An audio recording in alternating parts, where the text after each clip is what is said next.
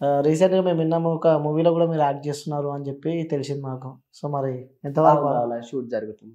Shoot జరుగుతుంది? Yes. So, daily టైమ్‌లో ఏం చేస్తుంటారు? మీరు గూడా భిక్షాటననేనా? నేను ఏవైతే గృహప్రవేశాలు, హ్మ్. మ్యారేజెస్ ఉంటాయో వాటికి వెళ్తాను. మీలాగానే లైఫ్‌లో అనుభవించిన వాళ్ళు చిన్న ఏజ్‌లోనే వాళ్ళకొక ఫీలింగ్స్ ఒచ్చి, సో, హ్మ్. వాళ్ళు ఎవరితో చెప్పాలి, ఎవరితో షేర్ చేసుకోవాలని అర్థం గాని మూమెంట్‌లా ఉన్నారు అని జెప్పి నేను అనుకుంటున్నా కొంతమంది బయట. యెస్. సో, బయటికెళ్ళాలంటే గూడా వాళ్ళు భయపడుతున్నారు. సో, అవును. మీరెందుకంటే మీరు ఆల్రెడీ ఎక్స్‌పీరియన్స్ జేసినారు. యెస్. సో, లైఫ్‌ని ఒక ఇన్‌స్పిరేషన్ తీసుకొని మళ్ళీ సావు దాకా నుంచి బయటకొచ్చినారు. యెస్. సో, అలాంటి వాళ్ళ కోసం, వాళ్ళ పేరెంట్స్ కోసం చెప్పాలి అంటే? సో, నేను బెస్ట్ ఎగ్జాంపుల్ చెప్తాను.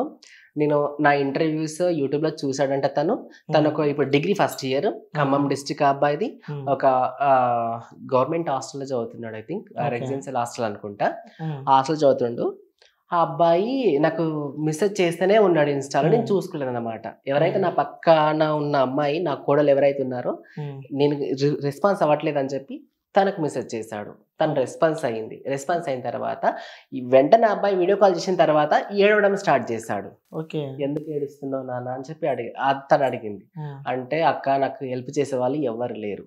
ఓకే. ఇప్పుడు కూడంగా నన్ను నా ఫ్రెండ్ నీ బతుకు బతికేనా అసలు? మీ బతుకు ఎందుకు బతుకుతారు? చీర కట్టుకోరా నువ్వు. కొజ్జల దాంట్లోకెళ్ళురా నువ్వు. చీర కట్టుకొని అక్కడ బతకాలి నీకు. ఇక్కడేం పని నీకు? హ్మ్. నీ బతుకు వేస్ట్ సావురా" అని చెప్పి అన్నాడు అక్క నన్ను అని చెప్పి ఏడవడం స్టార్ట్ చేశాడు. నా కోడలికి ఎక్స్‌ప్లెయిన్ చేశాడు. ఆ పాప వచ్చి నాకిచ్చింది. "అత్తయ్య నీ ఇంటర్వ్యూ చూసాడంట. ఓకే. హ్మ్. వాడు ఏడుస్తున్నాడు అత్తయ్య. వానికి పాపం ఏదో ఒకటి చెప్పు అత్తయ్య" అని చెప్పి ఆ పిల్ల నాకు ఫోన్ ఇచ్చింది. హ్మ్. నేను అన్నీ అడిగిన. "ఏమైంది నాన్న" అని చెప్పి ఇట్లా అడిగితే ఆ పిల్ల టోటల్‌గా ఎక్స్‌ప్లెయిన్ చేశాడు. "అక్క నేను కూడంగా నీ ఫీలింగ్స్ లాగానే బాధపడుతున్నా నేను. నువ్వు ఎప్పుడైతే నువ్వు అబ్బాయిగా ఉండి ఏవైతే స్ట్రగుల్స్ ఫేస్ చేసావో యాజ్ ఇట్ ఈజ్ నేను కూడా అలాగే ఫేస్ చేస్తున్నాను" అని చెప్పాడు. చెప్పిన తర్వాత అప్పుడు నేనేం చెప్పాలి? భయపడకు. భయపడకు. నేనున్నా. అన్నీ చూసుకుంటాను నేను. ఒకవేళ నీ ఇంటికాడ నీ పేరెంట్స్‌కి చెప్పు. నీ పేరెంట్స్ యాక్సెప్ట్ చేయకపోతే అప్పుడు నన్ను మళ్ళీ అడుగు. ఓకే. ఒకవేళ నీకు అట్లాగే నీ క్లాస్ రూమ్ నుంచి నీకు అట్లాగే టార్చర్ అయితే గనక నీ ప్రిన్సిపాల్ దగ్గరికొచ్చి నేను మాట్లాడతా. హ్మ్. నేను మాట్లాడి ఎవరైతే నేను కామెంట్ చేస్తున్నారో ఆ అబ్బాయికి కౌన్సెలింగ్ అవుతది. ప్లస్ నీకు కూడా కౌన్సెలింగ్ అవుతది నాన్న అని చెప్పిన. హ్మ్. అక్క నేను మా పేరెంట్స్‌కి చెప్పాను. నా పేరెంట్స్ నన్ను యాక్సెప్ట్ చేశారు కానీ నువ్వు ఎక్కడ చీర కట్టుకొని బయటికి వెళ్ళకు. నువ్వు మాతోనే ఉండు. నువ్వు ఎట్లా ఉన్నా మాతోనే ఉండు ఓకే. అని వీళ్ళ పేరెంట్స్ యాక్సెప్ట్ చేసినా గానీ ఆ పిల్లోడికి సమాజం యాక్సెప్ట్ చేయట్లేదు. అవును. వాళ్ళ క్లాస్‌మేట్స్ ఎవరైతే ఉన్నారో వాళ్ళు యాక్సెప్ట్ చేయట్లేదు అన్నమాట. వీళ్ళందరికీ కౌన్సిలింగ్ కంపల్సరీ కావాలా. హ్మ్. ఎవరికి? ఒకవేళ అబ్బాయి అమ్మాయే చదువుకోవడానికి కాదు, ఒక ట్రాన్స్ అని తెలిసినా కూడా చదువుకునేటట్లు ఆ ధైర్యం రావాలి ఖచ్చితంగా. ప్రతి ఒక్క స్కూల్లో, కాలేజీలలో ఖచ్చితంగా ఈ అవేర్‌నెస్ తీసుకురావాలి. దీన్ని తీసుకురావడం వల్ల కనీసం ఎంతో కొంత మమ్మల్ని కాపాడిన వాళ్ళవుతారు అవును. అని నేను అనుకుంటా. ఇప్పుడు నేను చదువుకునే టైంలో నన్ను అందరు ప్రోత్సహిస్తే గనక నేను ఇట్లా ఎందుకు బాధపడతాను నేను? అందరిలాగా ఒక అబ్బాయి ఎట్లా చదువుకుంటున్నాడో, ఒక అమ్మాయి ఎట్లా అయితే చదువుకుంటాడో నేను కూడా బరాబర్ అట్లనే చదువుకుంటుంటే నాకెప్పుడు 8th క్లాస్ నుంచే నాకు చూటిపోటి మాటలు. "అరే నువ్వు చెక్క, పాయింట్, తేడా, మాడ" నాతో లంచ్ చేయడానికి కూడా ఎవరు వచ్చేవాళ్ళు కాదు అసలు. నాకు బాధ అనిపించదా? ఎన్ని రోజులు భరించాలి? ఏమైనా తప్పు చేస్తానండి ఏమైనా? ఏం తప్పు చేయట్లేదు కదా! నేను ఎందుకు భరించాలి మరి ఇవన్నీ? సో, అట్లా. మీరు ఇదంతా ఇడిచిపెట్టేసి మీరు అది చేస్తున్నారు, మీరు చీరలు కట్టుకుంటున్నారు, మీరు సెక్స్ వర్క్ చేస్తున్నారు అంటున్నారు కానీ అసలు దీనికి కారణం ఎవరనేది మాట్లాడారు అసలు. అవును. ఇదే సమాజంలో ఆడోళ్ళను రేప్ చేసిన వాళ్ళున్నారు. చిన్న చిన్న పిల్లల్ని రేప్ చేసి చంపిన వాళ్ళున్నారు. ఇదే ఆడోళ్ళు మొగోళ్ళని రంకులు సాగించి అక్రమ సంబంధాలు పెట్టుకొని భర్తను మర్మంగాలు కోసేసి ముక్కలు కట్ చేసి చేసిన వాళ్ళు కూడా ఉన్నారు. మరి వాళ్ళని ఎందుకు అనట్లేదు వాళ్ళను? అరే మగజాతి మీరు ఇంతే అని మీ మీద అనొచ్చా మేము? అంటే అర్థం ఉంటుందా అసలు? ఒకవేళ ఊకుంటారా? అదే స్త్రీని అనొచ్చా? అనకూడదు కదా. ఇప్పుడు నన్ను ఎందుకు అంటున్నారు మరి? ఇప్పుడు నా ట్రాన్స్జెండర్ అందరూ మంచోళ్ళని నేనైతే ఎక్కడ చెప్పబోను కూడా. ఇప్పుడు మగవాళ్ళందరూ మంచోళ్ళు లేరు, ఆడోళ్ళందరూ మంచోళ్ళు లేరు. నా కమిటీలో గుణంగా అందరూ మంచోళ్ళు కూడా లేరు. ఇది ఎందుకు ఆలోచించారు? ఇప్పుడు ఏ ట్రాన్స్జెండర్ పోయినా నువ్వు సెక్స్ వర్క్ చేస్తుందో తెలియదు, సెక్స్ వర్క్ చేయట్లేదో కూడా తెలియదు. వస్తావా? నీ రేట్ ఎంత? నేను ఇంత ఆఫర్ చేస్తా చెప్తారు. అట్లా అదే ఫేస్బుక్లో, అదే ఇన్స్టాగ్రామ్లో బొచ్చడు మెసేజ్లు వస్తాయి ఉంటాయి. నీకు ఈ ఆఫర్ ఇస్తా, నేను అవుటింగ్ తీసుకెళ్తా, నీ ఆ హోటల్కి తీసుకెళ్తా, ఈ హోటల్కి తీసుకెళ్తా, నచ్చిన చీర ఇప్పిస్తా, నచ్చిన నగలు ఇప్పిస్తా, వచ్చేస్తాయి. ఎంజాయ్ చేద్దాం. కానీ నా పేరు ఎక్కడ చెప్పకూడదు. సో మరి సమాజం మారుతుంది అనుకోవచ్చా మరి? సో ఖచ్చితంగా అది మారుతుందని చెప్పి నేను ఎట్లా చెప్తాను కానీ ఖచ్చితంగా మార్పు అనేది రావాలి. ఎస్పెషల్లీ నా కొరకు నా కమ్యూనిటీని కనుక ఎక్కడ కూడా నిందించకూడదు. నాకు రెస్పెక్ట్ కనుక నేను రెస్పెక్టబుల్గా బతకాలంటే కనుక ఈ సమాజం కూడా నన్ను యాక్సెప్ట్ చేయగలగాలి. ఎక్కడ నేను చదువుకునే చదువులలో కానీ నేను ఉంటున్న ప్రదేశాలలో కానీ నన్ను ఖచ్చితంగా యాక్సెప్ట్ చేయాలి, నన్ను అర్థం చేసుకోవాలి. మీరు నన్ను యాక్సెప్ట్ చేస్తే కనుక నేను బయటికి రాను, చీర కట్టుకోను, నేను పైసలు అడుక్కోను. నేను జబర్దస్త్ మీతో పాటు ఎట్లా నేను కూడా బరాబర్ జాబ్ చేసుకుంటాను. ఓకే. సో అట్లా సో అంటే జనాలే ఒక ట్రాన్స్ ఇలా మారడానికి ఎంకరేజ్ చేస్తున్నారు అంటారు. ఎంకరేజ్ కాదు, అది మమ్మల్ని బ్రతకనివ్వకుండా ఉక్కిరి బిక్కిరి చేస్తారు. సో అట్లా. సో ఇంకోటి ఏంటంటే రీసెంట్ గా షర్మిల గారిని ట్రాన్స్ అందరు కోపంగా ఉన్నారు షర్మిల పైన. ఎందుకోసం అసలు షర్మిల మ్యాటర్ ఎందుకంటే రాజకీయ స్వార్థాల కోసం వాళ్ళ లాభాల కోసం గనక వాళ్ళు ఇంకా అలా అనుకుంటా. దానివల్ల నా కమ్యూనిటీని ఇప్పుడు తను షర్మిల గారు ఏమన్నారు, హామీలు ఇచ్చి నెరవేర్చని మీరు కొజ్జవాళ్ళు, హామీలు ఇచ్చి నెరవేర్చని వాళ్ళు మీరు కొజ్జవాళ్ళు అని చెప్పి కొజ్జా అని చెప్పి దాదాపు ఆమె 7-8 times ఆ వర్డ్ యూజ్ చేసింది. అంటే చేతగాని వాళ్ళు కొజ్జవాళ్ళు, చేత కాదు కాబట్టి కొజ్జవాళ్ళు అంటే మీరే నన్ను చెప్తున్నారు కదా. ఒక రాజకీయ నాయకురాలు అయ్యండి, ఒక పార్టీకి అధినేత అయ్యుండి నువ్వు అలా మాట్లాడొచ్చా?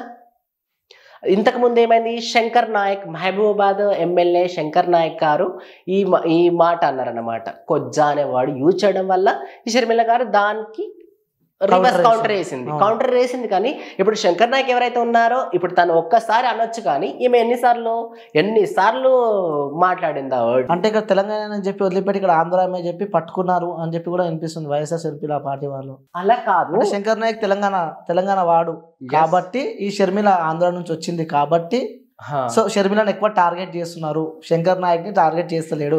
సో స్టార్ట్ చేసింది శంకర్ నాయకే కదా. ఇప్పుడు షర్మిలను టార్గెట్ చేయాల్సిన అవసరం మాకు లేదు, అదే శంకర్ నాయక్ టార్గెట్ చేయాల్సిన అవసరం మాకు లేదు. మా బతుకులు మాకు చక్కదిద్దని వాళ్ళు మీరెందుకు రాజకీయ నాయకులు అవుతారు? మా గురించి మీరెందుకు మాట్లాడతారు? చేతగాని వాళ్ళని మీరెందుకు అంటారు?